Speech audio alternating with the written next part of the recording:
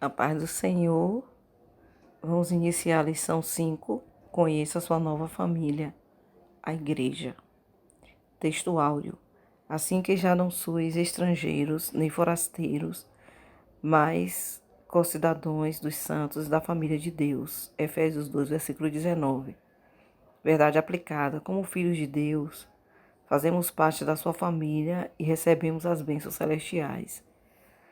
Os objetivos da lição: conhecer a igreja, nova família espiritual, entender nossa posição em Cristo e revelar a finalidade da igreja no mundo. As meditações diárias. Mateus 16, 18. Pois também eu te digo que tu és Pedro, e sobre esta pedra edificarei a minha igreja, e as portas do inferno não prevalecerão contra ela. Mateus 16, 18.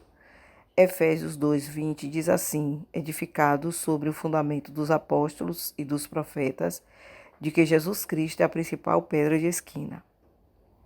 1 Coríntios 3, versículo 9: porque nós somos cooperadores de Deus, vós sois a lavoura de Deus e edifício de Deus.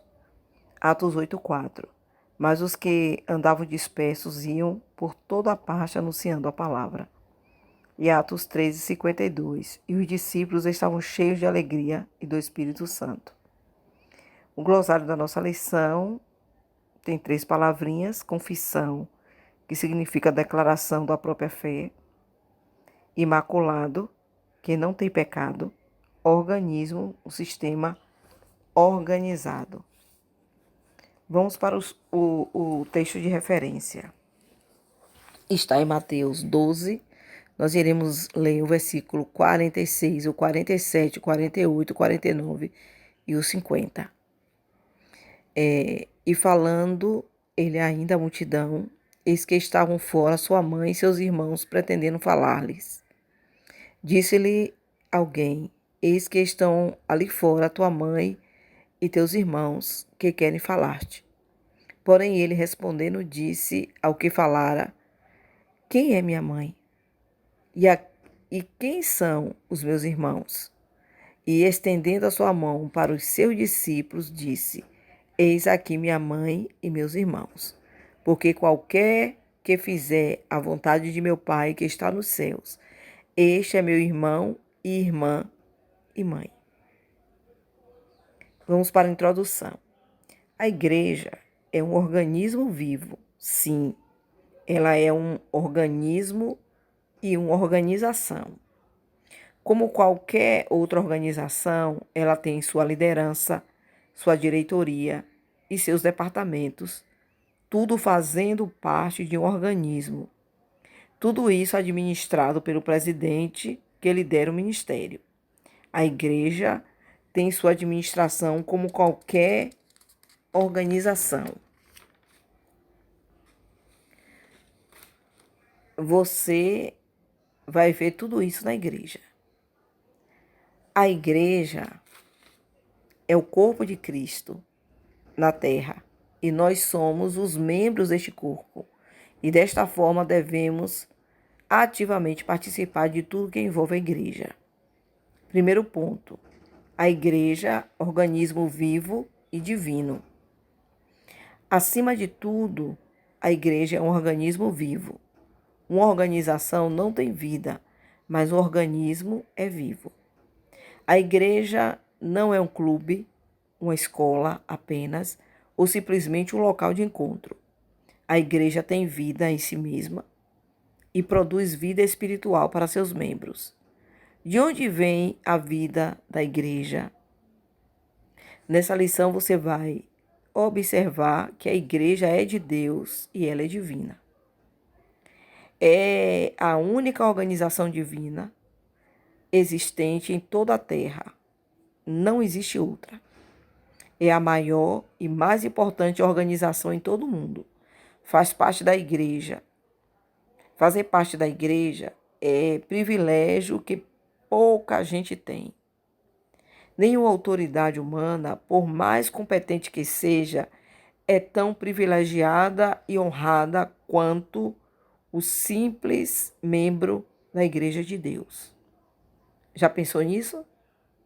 Realmente, a igreja é o que pode ser chamada de alta sociedade. Você vai ver isso aí. Para melhor compreender a elevadíssima importância da igreja, vamos demonstrar alguns tipos e símbolos que identificam a igreja. A igreja, um corpo. A igreja é um corpo, um organismo, e organismo só pode ser vivo. A igreja é o corpo de Cristo, no qual Cristo é a cabeça e nós somos membros. E ele é a cabeça do corpo da igreja.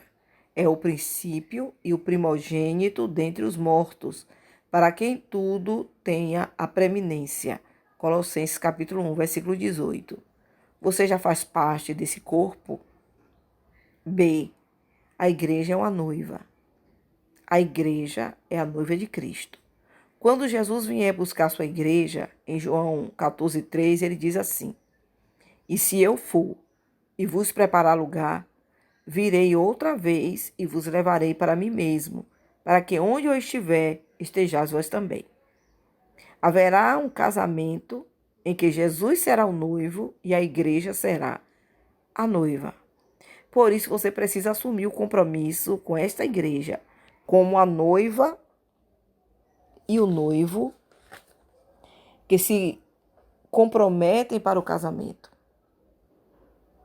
Porque como o mancebo se casa com a donzela, assim teus filhos se casarão contigo, e como o noivo se alegra da noiva, assim alegrar-se-á de ti o teu Deus. Isaías 62, versículo 5. C. A igreja, um templo.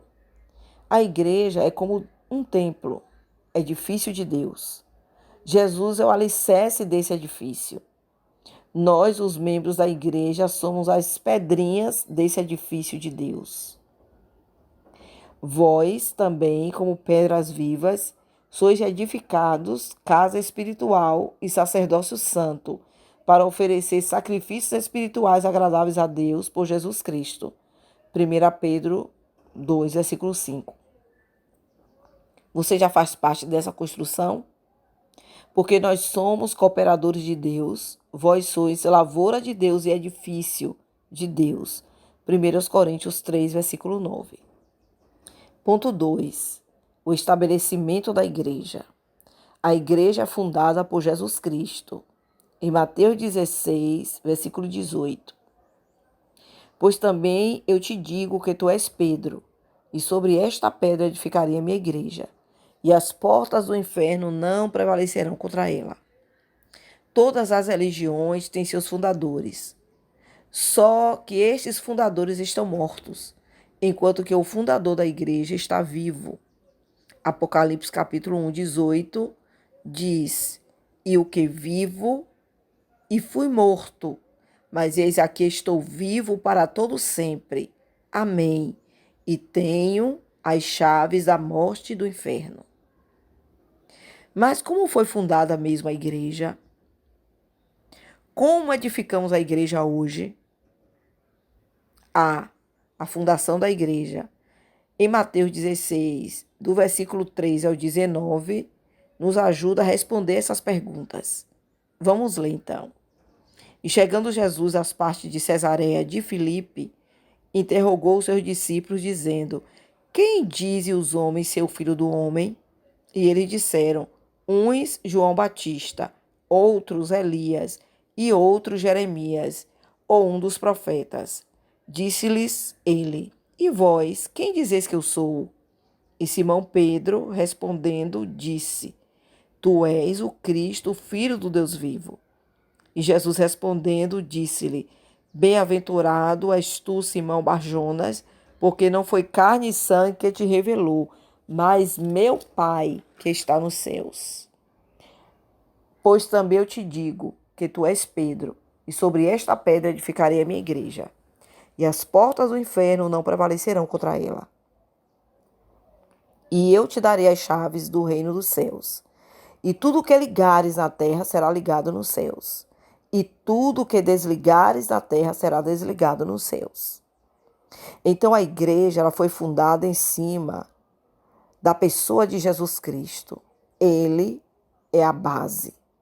Os versículos 16 e 18 nos conta essa história. O verso 16 diz assim: E Simão Pedro respondendo disse-lhe: Tu és o Cristo, o Filho do Deus vivo. E o verso 18, ele fala: Pois também eu te digo que tu és Pedro, e sobre esta pedra edificarei a minha igreja, e as portas do inferno não prevalecerão contra ela. Então a igreja foi fundada e edificada através de nossa confissão de fé na pessoa de Jesus Cristo. Porque quando ele diz, pois também eu te digo que tu és Pedro, e sobre esta pedra, sobre aquilo que Pedro falou, ele edificou a igreja. Mas só é validada para a edificação da igreja a nossa confissão. Isto é, a confissão dos salvos, a saber, se com a tua boca confessares ao Senhor Jesus Cristo e em teu coração creres que Deus o ressuscitou dos mortos, serás salvo. Visto que com o coração se crê para a justiça e com a boca se faz confissão para a salvação. Romanos capítulo 10, versículos 9 e 10. Então, nós iremos entender sobre essa edificação da igreja. Pedro sendo a pedra e a igreja. O significado dessa passagem é que Cristo edificará sua igreja sobre a verdade da confissão feita por Pedro e dos demais discípulos, que Jesus é o Cristo, o Filho do Deus vivo. Então Jesus emprega um trocadilho aí. Ele chama seus discípulos de Pedro, seu discípulo de Pedro, que é Petros, que significa uma pedra pequena. A seguir ele diz sobre esta pedra, em grego Petra, que significa uma grande rocha maciça, o rochedo edificaria a minha igreja. É Jesus Cristo que é a pedra, o único e grande alicerce da igreja. Pedro declara que Jesus é a pedra viva, eleita e preciosa, a pedra que os edificadores reprovaram. 1 Pedro 2, versículo 4, versículo 6, versículo 7. Pedro e os demais discípulos são pedras vivas, como parte da estrutura da casa espiritual, a igreja, que Deus está edificando. Em lugar nenhum, as Escrituras declaram que Pedro seria a autoridade suprema e infalível sobre todos os demais discípulos. Nem está dito também na Bíblia que Pedro teria sucessores infalíveis, representantes de Cristo e cabeças da igreja. Tais ideias são injunções do homem e não há verdade das Escrituras. Não há verdade. Então, ponto B, a edificação da igreja.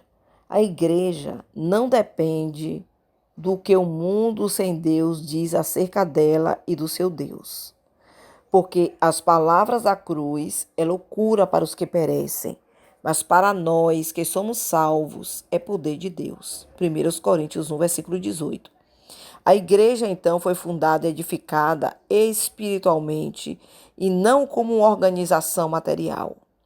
A igreja tem lutas contra o inimigo da humanidade e tem por parte de seu fundador a garantia e a promessa do futuro vitorioso. Pois também eu te digo que tu és Pedro, e sobre esta pedra edificarei a minha igreja, e as portas do inferno não prevalecerão contra ela. Mateus 16, 18. Por isso o diabo não consegue destruir a igreja. As portas do inferno representam Satanás e a totalidade do mal no mundo, lutando para destruir a igreja de Jesus Cristo. Esse texto não quer dizer que nenhum crente, como pessoa e nenhuma igreja local, confederação de igreja ou denominação jamais chegará a cair na imoralidade. nos erros de doutrina ou na apostasia. O próprio Jesus predisse que muitos decairão da fé e ele adverte as igrejas que estão abandonando a fé neotestamentária ao voltar-se do pecado ou sofrer a pena da remoção do seu reino.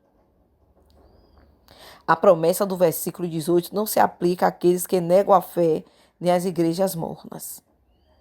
O que Cristo quer dizer é que, a despeito de Satanás fazer o pior que pode, a despeito da apostasia que ocorre entre os crentes, das igrejas que ficam mornas e dos falsos mestres que se infiltraram no reino de Deus, a igreja não será destruída.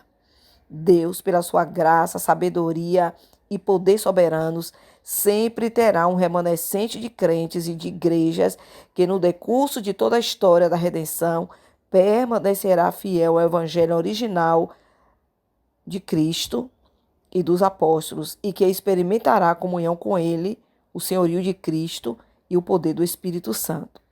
Como o povo genuíno de Deus, esses crentes demonstrarão o poder do Espírito Santo contra Satanás, o pecado, a doença, o mundo e as forças demoníacas. Essa igreja que Satanás, com todas as suas hostes, não poderá destruir nem resistir. Aleluia. Ponto C. A igreja liga e desliga alguém nos céus. Como está seu caso em relação à igreja? Mateus 16:19 diz assim: E eu te darei as chaves do reino dos céus. E tudo que ligares na terra será ligado nos céus. E tudo que desligares na terra será desligado nos céus.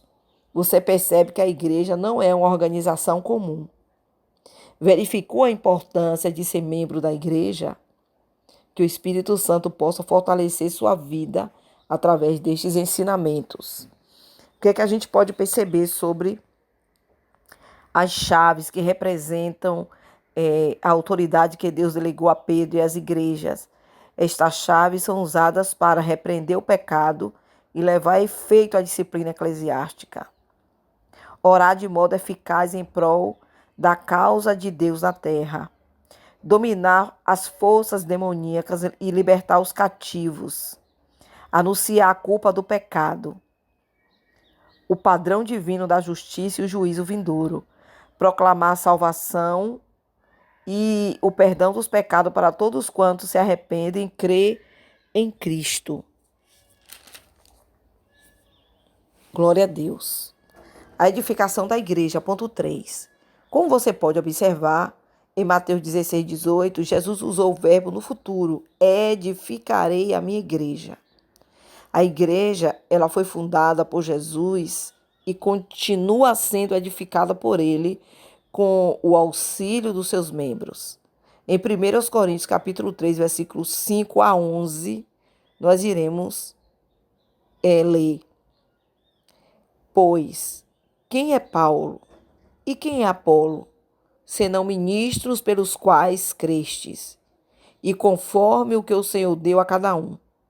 Eu plantei, Apolo regou, mas Deus deu o crescimento. Pelo que nem o que planta é alguma coisa, nem o que rega, mas Deus que dá o crescimento.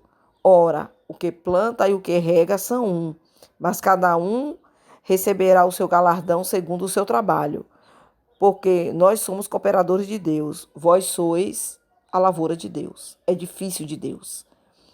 Segundo a graça de Deus que me foi dada, pus eu como sábio arquiteto o fundamento, e outro edifica sobre ele.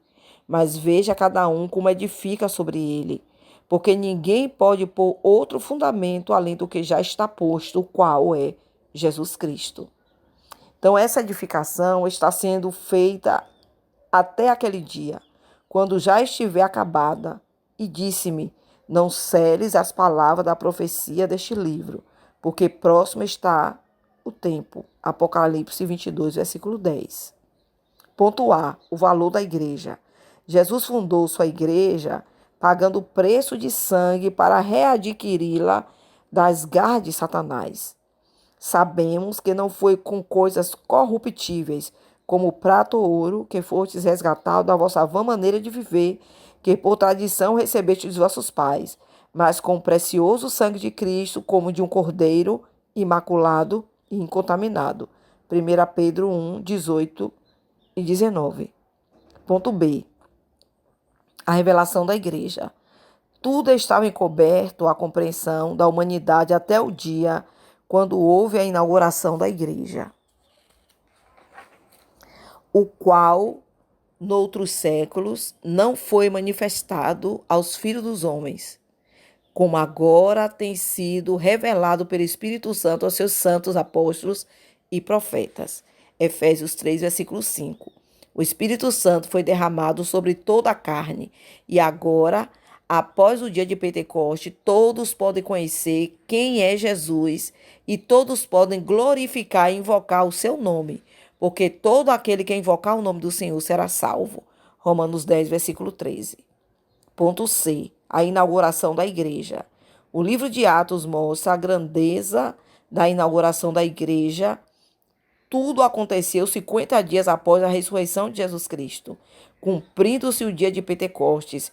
E cumprindo-se o dia de Pentecostes, estavam todos reunidos no mesmo lugar. Atos 2, versículo 1. Pentecostes era uma festa dos judeus estabelecida por Deus para levar os israelitas a adorá-lo como Senhor e trazer a oferta dos primeiros frutos. Êxodo 23, de 16 a 19, que diz assim: e a festa da cega dos primeiros frutos do seu trabalho, que houveres semeado no campo, e a festa da colheita, a saída do ano, quando tiveres colhido do campo o teu trabalho, 3 vezes no ano, todos os teus varões aparecerão diante do Senhor. Não oferecerás o sangue do meu sacrifício com pão levedado, nem ficará a gordura da minha festa de noite até de manhã. As primícias, os primeiros frutos da tua terra, trarás à casa do Senhor teu Deus, não cozerás o cabrito no leite da sua mãe. Naquele dia de Pentecostes, quando houve a inauguração da igreja, Jerusalém estava repleta de pessoas vindas de todo o mundo habitado da época. E em Jerusalém estavam habitando judeus, varões religiosos de todas as nações que estão debaixo do céu. Atos capítulo 2, versículo 5. Foi uma festa pública. Jesus ordenou aos discípulos que, após sua ida para o céu, esperasse o batismo com o Espírito Santo. E eis que sobre vós envio a promessa de meu Pai. Ficai, porém, na cidade de Jerusalém, até que do alto sejais revestidos de poder. Lucas 24, versículo 49. A inauguração da igreja foi promovida pelo Espírito Santo na festa de Pentecostes, glorificando a Jesus, que é a cabeça da igreja. Ele me glorificará, porque há de receber do que é meu e vou-lo há de anunciar. João 16, versículo 14. Houve línguas estranhas. Atos 2, de 2 a 12. E de repente veio do céu um som, como de um vento vermente e impetuoso, e encheu toda a casa em que estavam assentados. E foram vistas por eles línguas repartidas como que de fogo, as quais pousaram sobre cada um deles. E todos foram cheios do Espírito Santo e começaram a falar em outras línguas, conforme o Espírito Santo lhe concedia o que falasse. E em Jerusalém estavam habitando os judeus, varões religiosos de todas as nações que estão debaixo do céu. E correndo aquela voz, ajuntou-se uma multidão e estava confusa, porque cada um os ouviu falar na sua própria língua. E todos pasmavam e se maravilhavam, dizendo uns aos outros: pois que não são galileus todos esses homens que estão falando? Como, pois, o ouvimos, cada um na nossa própria língua em que somos nascidos? Partos e medos, elamitas e os que habitavam na Mesopotâmia, e Judéia, e Capadócia, e Ponto, e Ásia, e Frígia, e Panfília, Egito e partes da Líbia, junto a Cirene, forasteiros romanos, tanto judeus como prosélitos, e cretenses e árabes, todos os temos ouvido em nossas próprias línguas falar das grandezas de Deus. E todos se maravilhavam e estavam suspensos, dizendo uns para os outros: que quer isso dizer? Houve então um poderoso sermão em Atos 2, de 14 a 36. Pedro, porém, pondo-se em pé com os 11, levantou a voz e disse: varões judeus e todos que habitais em Jerusalém, seja-vos isso notório e escutai as minhas palavras. Estes homens não estão embriagados como vós pensais, sendo esta a terceira hora do dia. Mas isso é o que foi dito pelo profeta Joel. E nos últimos dias acontecerá, diz Deus, que do meu espírito derramarei sobre toda a carne. E os vossos filhos e as vossas filhas profetizarão. Os vossos jovens terão visões e os vossos velhos sonharão sonhos. E também do meu espírito derramarei sobre os meus servos e minhas servas naqueles dias, e profetizarão, e farei aparecer prodígios em cima no céu e sinais embaixo na terra, sangue, fogo e vapor de fumaça. O sol se converterá em trevas e a lua em sangue, antes de chegar o grande e glorioso dia do Senhor. E acontecerá que todo aquele que invocar o nome do Senhor será salvo. Varões israelitas, escutai estas palavras.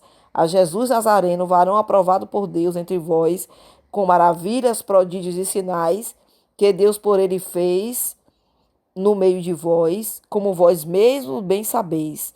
A este que vos foi entregue pelo determinado conselho e presciência de Deus. Tomando vós, o crucificaste e mataste pelas mãos de injustos, ao qual Deus ressuscitou soltas as ânsias da morte, pois não era possível que fosse retido por ela. Porque dele disse Davi: sempre via diante de mim o Senhor, porque está à minha direita, para que eu não seja confundido. Por isso se alegrou meu coração e a minha língua exultou, e ainda a minha alma, a minha carne há de repousar em esperança, pois não deixarás a minha alma no Hades, nem permitirás que o teu santo veja a corrupção. Fizeste-me conhecido os caminhos da vida, com a tua face me encherás de júbilo. Varões e irmãos, seja-me lícito dizer-vos livremente acerca do patriarca Davi, que ele morreu e foi sepultado. E entre vós está até hoje a sua sepultura. Sendo, pois, ele profeta, e sabendo que Deus lhe havia prometido com juramento que do fruto dos seus lombos, segundo a carne, levantaria o Cristo para o assentar sobre o seu trono, nesta previsão disse da ressurreição de Cristo, que a sua alma não foi deixada no Hades, nem a sua carne viu a corrupção. Deus ressuscitou a este Jesus, do qual todos nós somos testemunha, de sorte que, exaltado pela destra de Deus, tendo recebido do Pai a promessa do Espírito Santo, derramou isso que vós agora vedes e ouvis. Porque Davi não subiu aos céus, mas ele próprio diz: disse o Senhor ao meu Senhor: assenta-te à minha direita, até que põe os teus inimigos por escabelo dos teus pés. Saiba, pois, com certeza, toda a casa de Israel, que a esse Jesus a que vós crucificaste, Deus o fez Senhor e Cristo. E foram batizados aproximadamente 3.000 novos crentes, de sorte que foram batizados que de bom grado receberam a sua palavra, e naquele dia agregaram-se quase 3.000 almas. Atos 2:41. Assim ficou inaugurada a igreja a que você pertence hoje. Conclusão: você já faz parte da Igreja de Jesus Cristo? Quando éramos pecadores sem Deus, vivíamos como perdidos, mas agora que aceitamos Jesus, o que vos impede de entrar na família de Deus, do qual toda a família nos céus e na terra toma o nome, Efésios 3:5. O que é que impede a você de fazer parte da igreja? Nós iremos invocar este nome, como o versículo diz, do qual toda a família nos céus e na terra toma o nome. E é este nome, o nome de Jesus Cristo, que nos garante completa e total vitória. Amém. Vamos ao questionário. A igreja é um organismo, uma organização ou ambos? Primeira pergunta. A igreja é um organismo vivo e nasceu na cruz e é a única organização divina existente em toda a terra. Então, a igreja é um organismo e também é uma organização. Ponto. A segunda pergunta diz assim: cite 3 símbolos da igreja. Primeiro símbolo, a igreja é o corpo de Cristo. Colossenses 1,18. A igreja é a noiva de Cristo. João 14, versículo 3. E a igreja é um templo, o edifício de Deus. 1 Pedro 2, versículo 5. Terceira pergunta. Fale o que puder sobre Mateus 16, de 13 a 19. Então, essa passagem de Mateus se refere ao fundamento da igreja, que Jesus Cristo é a base de tudo.